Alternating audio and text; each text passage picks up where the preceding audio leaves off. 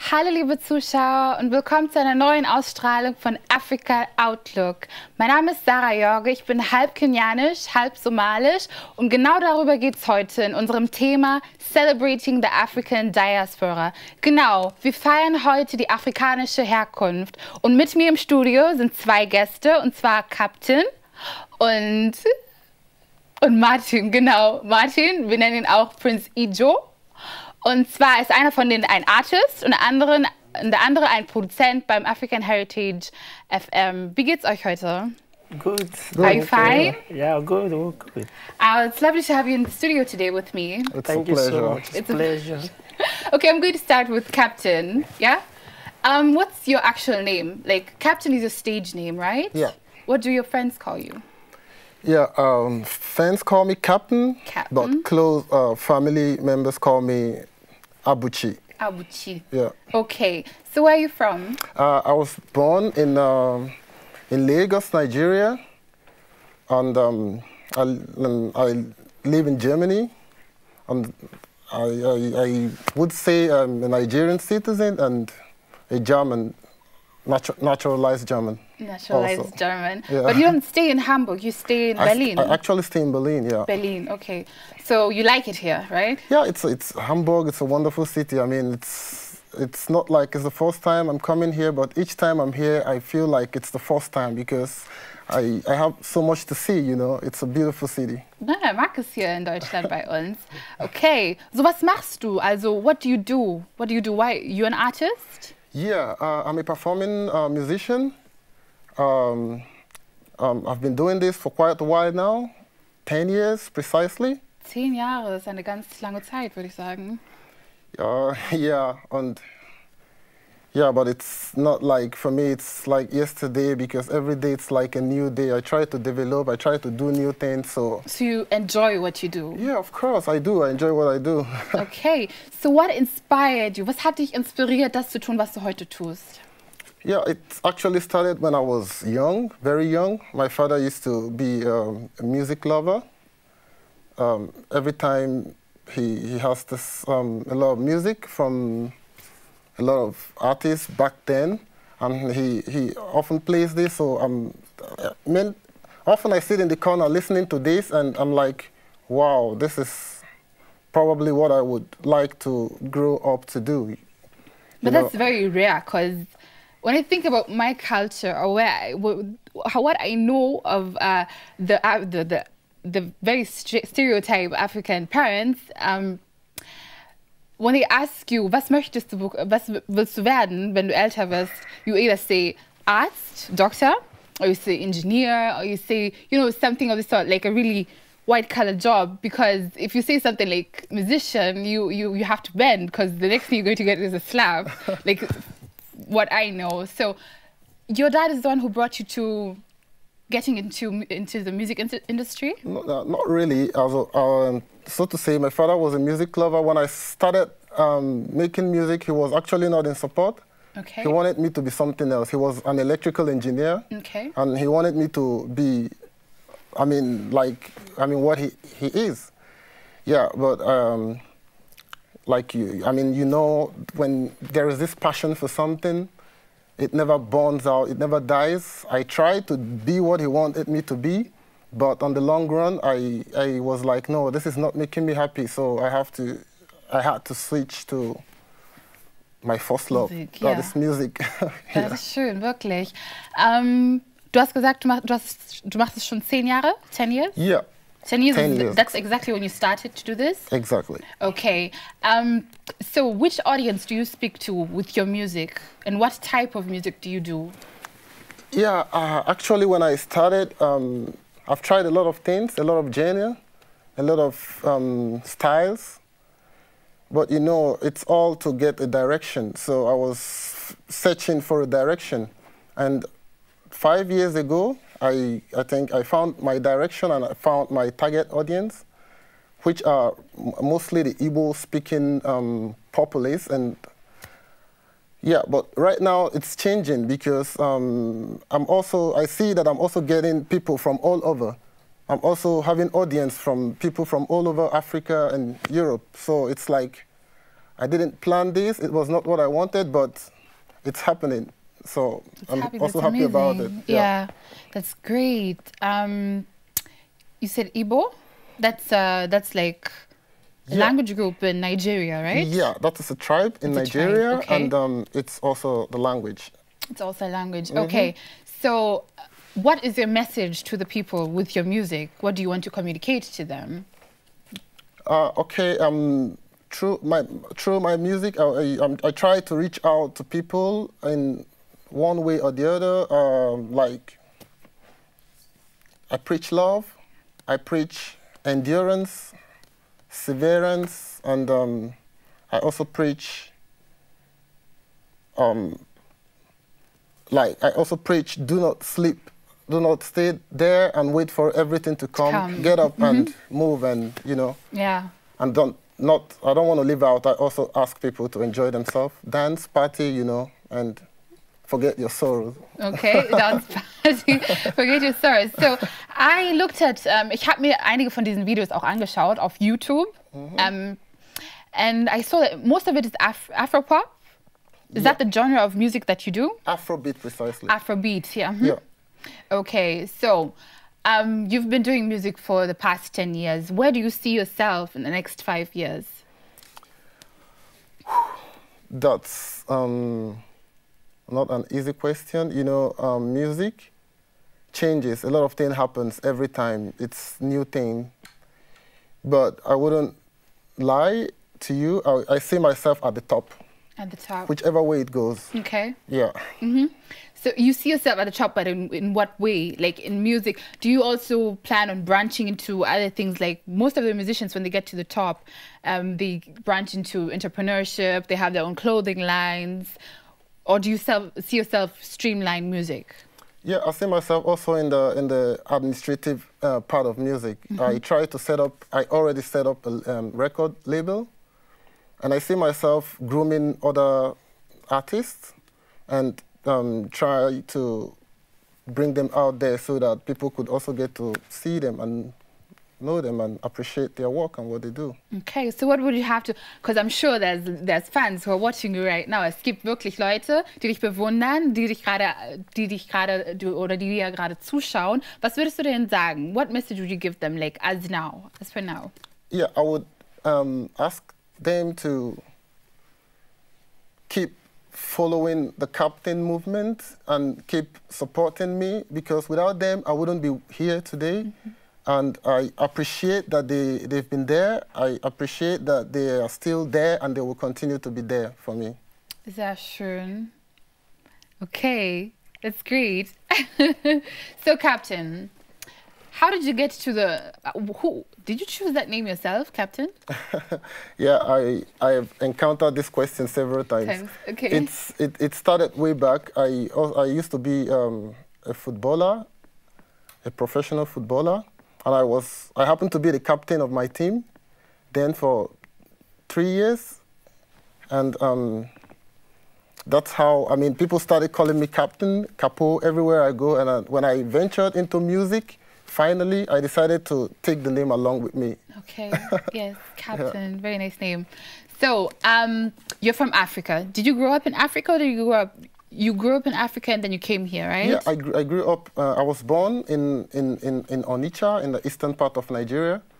I was 6 years old when I moved with my family to Lagos, the economic capital. And then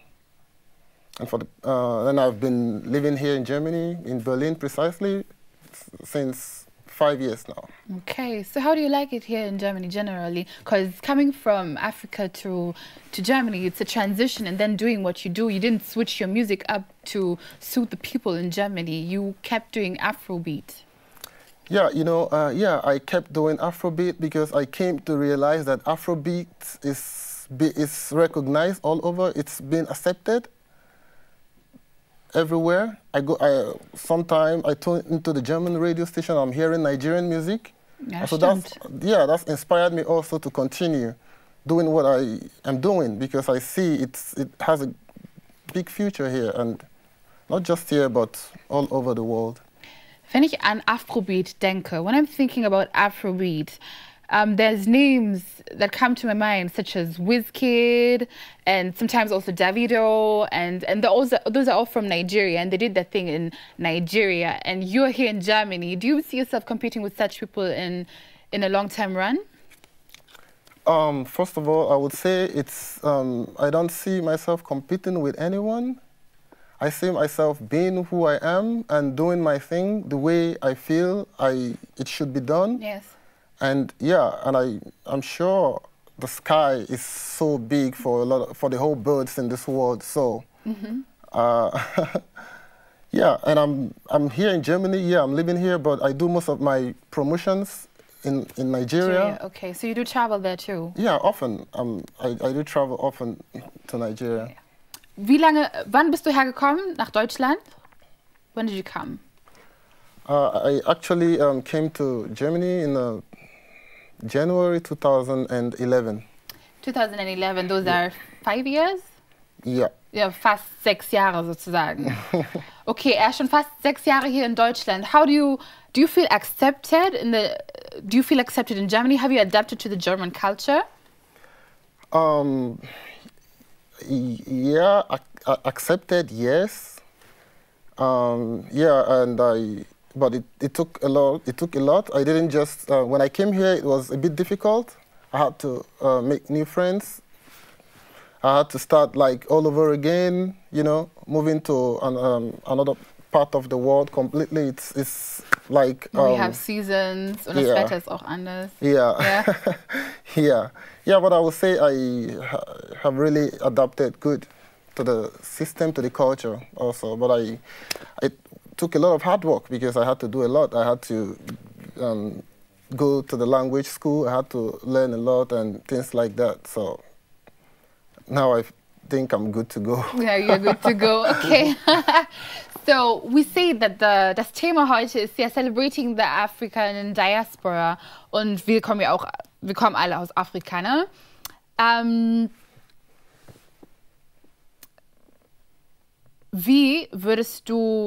How would you tell other people about Africa, apart from, of course, they can see it from your skin color, yeah. But what would you say to other people? How would you preach about Africa to other people? I would say Africa is a great place, a great continent, and I wouldn't want to generalize because most people have this conception that Africa is a country, you know, which is not true. Africa is a continent with a lot of countries there, just like Europe. Stimmt. Yeah, and I would say it's a nice place. It's a beautiful place. It's a place where you can find a lot of culture. It's rich in culture, rich in everything. So I would say it's a wonderful place. Also wie gesagt, die meisten Leute denken ja immer, wenn du von Afrika redest, dass es ein Land ist. Das ist es aber nicht. Das ist ein Kontinent, und wir haben viele Länder, genauso wie in Europa halt Deutschland. Und darüber klettert gerade auf, genau, sozusagen. Und Nigeria ist ja im Westen. Wir haben ja auch wir haben ja den Westen, Osten, Norden, Süden, und ihr kommt halt aus dem Westen. Okay, mal eine kurze Spaßfrage. Wenn wir heute zum Beispiel ein Fußballmatch hätten und Nigeria gegen Deutschland gespielt hätte, who would you support? Yeah, this is a confusing question. This happened a lot of times. The Nigerian team against the German team. I come from Nigeria, and I'm equally German, and yeah, it's quite confusing. Sometimes I want this part to win, and sometimes I like the other part to win. But at the end, I say let the better part win. Okay, you know? okay. Es gibt ja auch so Vorurteile von Menschen, wie zum Beispiel, when you have a kid running up to you and they ask you, since they know that you're African, they ask you, do you have cars in Africa? Do you have buildings in Africa? How do you answer? How do you deal with such things? Yeah, initially, this question got me furious, but, you know, at the end, I came to recognize that they ask this because they don't know. They want to know. They are curious, and they want to be part of what is happening there. So I start by telling them, hey, one time, I mean, from personal experience, one time someone came to me and said, hey, is there food in Africa? I said, why? He said, because he saw on the TV that there are a lot of people dying from starvation and hunger. I was like, no, this cannot be true.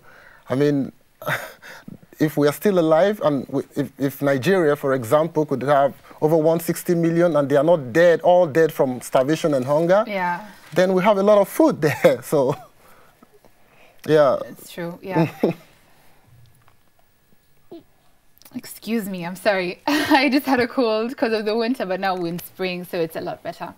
Okay, you're an artist. What are the challenges that you face as an artist, whether from fans or from people who claim to support you, or from anyone? Like maybe you get critique, or what are the challenges that you face? A lot of challenges, I would say, but I always had one thing in mind. I always knew that a journey of 1,000,000 miles begins with a footstep, and I've come to know that there is nothing on earth that one could achieve without facing challenges. It comes, it's natural. Yeah. And yeah, I mean, talking about my music experience, challenges I had during my upcoming, it was so much. I mean, I could remember back then in Nigeria, in Lagos, I struggled to pay for recording session. I tried all I could. Sometimes it's not working, sometimes it's working, sometimes we try and we fail, you know. But at the end, I give glory to God that it all worked out for good. And yeah, I would say I'm really enjoying the fruit of my labor right now. Right now, okay, that's great. I think it's also an inspiration to anybody who's out there, die Zuschauer who are trying to find the way in the music industry. It doesn't matter where you're from, but it does count where you're going to. And it does take a lot of strength and courage to just take that first step and see this is the path that I'm going to take. Also wie gesagt, meine nächste Frage. What's your favorite color? Because I'm seeing you have red, like a lot of red going on. Actually, I'm having a kind of red revolution in my life right now. Okay, okay, yeah, red revolution. Yeah. It's kind of revolution. It started 6 months ago that I fell in love with red. Anything red, I'm like, I asked myself a few days ago, what's happening to me? Why am I so obsessed with red at this time? And I would say it's a mystery to me. It's my favorite color, but I cannot explain why. You chose the color? Yeah, I cannot explain. Okay, so you do Afrobeat. You're from Africa. Yeah. But looking at your dressing, you look a lot of hip-hop. Do you also dress in African gear? Yeah, I do. Yes, you do? Yeah, I do. I mean, but it's when you can see the weather is not so friendly. This time it's kind of cold. It's mixed and cold, hot, so one cannot really say how to dress at this one. I mean, I don't. Sometimes I want to go out. I found out that I'm too light. I dress too light, and yeah. So you know, African material is very light. We don't have material in the like a jacket. Or winter jacket, so to say, in African material. So what for? Because the weather is always amazing. Yeah, so, I mean, I go out with what I'm comfortable with, and when I'm comfortable with going out hip-hop and funky, urban, whatsoever, yeah, I feel good in it, so I just wear whatever I feel like I want to wear. Okay, there has been this outburst in the social media where teenagers or the youth in general who tends to stick to the social media get a lot into drugs and premarital sex, and also you know, drugs, premarital sex, you know, everything you could think of right now. And, you know, this fast life, that's what it's all about these days. And people tend to say that it's a lot from the music that we listen to. It doesn't matter what music, and of course, just being in the media. Do you think that you contributed to, or what would you say to people who say that such kind of music contributes to such attributes or vices in the society? Yeah, I would say, if they say the music contributes to this, yeah. I think in everything, in every way of life, there is always negativity and positivity, you know. And I wouldn't say that music is solely responsible for all this, social vices and things like that. I would say, yeah, generally speaking, music is life. That's kind of definition. So if music turns around to be death, then I think it's a question that we must all sit down and look for a way to find answers to this.